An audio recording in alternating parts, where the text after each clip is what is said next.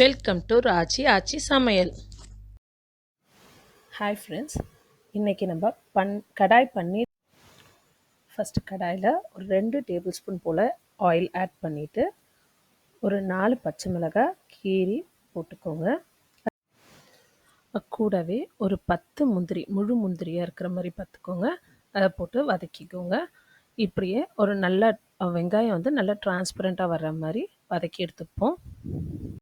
இப்போ வெங்காயம் நல்லா வதங்கி வந்துருச்சுங்க. இதை ஆற விட்டுடுவோம். 100 கிராம் பன்னீர் எடுத்துருக்காங்க. இந்த 100 கிராம் பன்னீரை கொஞ்சம் பெரிய பெரிய க்யூப்ஸாக கட் பண்ணிவிட்டு இதில் சிக்கன் 65 பவுடர், கொஞ்சமாக சால்ட்டு ப்ளஸ் கரம் மசாலா எல்லாத்தையும் நல்லா பெசரி வச்சுட்டு எல்லா பக்கமும் மசாலா தடவிருக்க. பன்னீர் மசாலாவோட நல்லா ஓடிடுச்சுங்க. இப்போ வந்து நம்ம தவாவில் திக்கா பண்ணிடலாம்.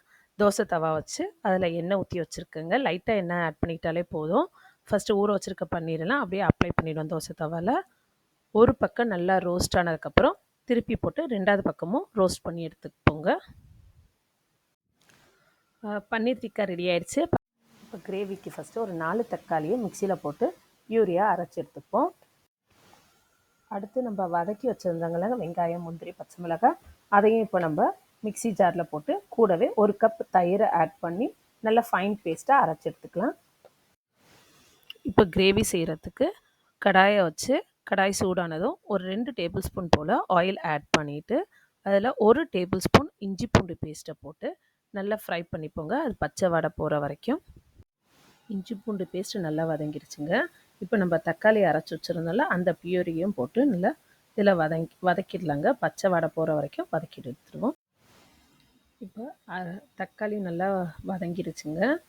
பச்சை வடை போயிட்டு நம்ம அரைச்சி வச்சுருந்தோம்லங்க ஆல்ரெடி வெங்காயம், பச்சை மிளகாய், முந்திரி, தயிர் போட்டு அந்த இதில் மசாலா ஆட் பண்ணிடுவாங்க.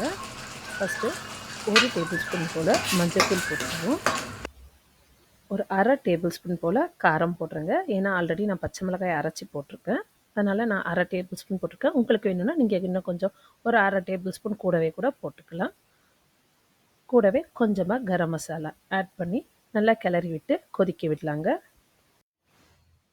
இப்போ நல்லா கொதித்து நல்லா ஒரு கிரேவி கன்சிஸ்டன்சிக்கு வந்துருச்சுங்க. இப்போ வந்து பன்னீர் டிக்காவை நம்ம ஆல்ரெடி ரெடி பண்ணி வச்சுருக்கோம்ல, அதை இதில் ஆட் பண்ணிவிடுவோம். இப்போ ஒரு 5 நிமிஷம் போல் பன்னீர் டிக்கா ஆட் பண்ணதுக்கப்புறம் கொதிக்க விட்டுருக்குங்க.